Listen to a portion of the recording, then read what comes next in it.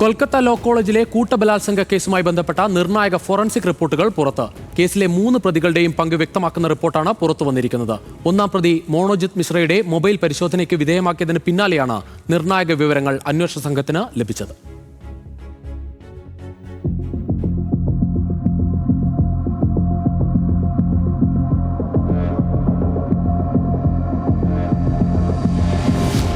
കൊൽക്കത്ത ബലാത്സംഗ കേസിലെ പ്രധാന പ്രതിയായ മോണോജിത് മിശ്രയുടെ ഫോൺ ഫോറൻസിക് പരിശോധനയ്ക്ക് വിധേയമാക്കിയതോടെയാണ് അന്വേഷണ സംഘത്തിന് നിർണായകമായ വിവരങ്ങൾ ലഭിച്ചത്.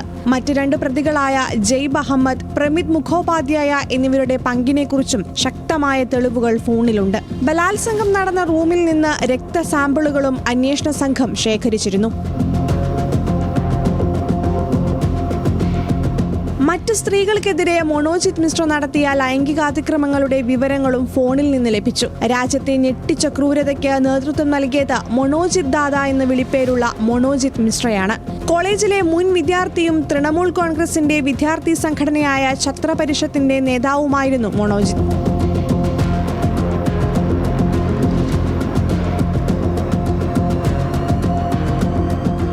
പഠനം പൂർത്തിയാക്കിയെങ്കിലും കോളേജിൽ ശക്തമായ സ്വാധീനമുള്ള നേതാവായിരുന്നു ഇയാൾ. കേസുമായി ബന്ധപ്പെട്ട് ഇതിനോടകം തന്നെ 60ഓളം സാക്ഷിമൊഴികൾ അന്വേഷണ സംഘം ശേഖരിച്ചിട്ടുണ്ട്. അതിക്രമം സ്ഥിരീകരിക്കുന്ന CCTV ദൃശ്യങ്ങൾ അന്വേഷണ സംഘത്തിന് ലഭിച്ചിരുന്നു. CCTV ദൃശ്യങ്ങളിൽ പ്രതികൾ പെൺകുട്ടിയെ ഗാർഡ് റൂമിലേക്ക് വലിച്ചിഴച്ചു കൊണ്ടുപോകുന്നത് വ്യക്തമാണ്.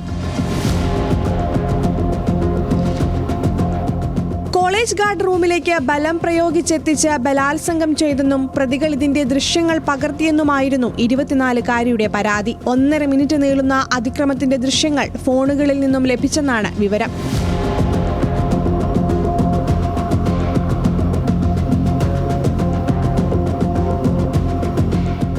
News desk, news Malayalam.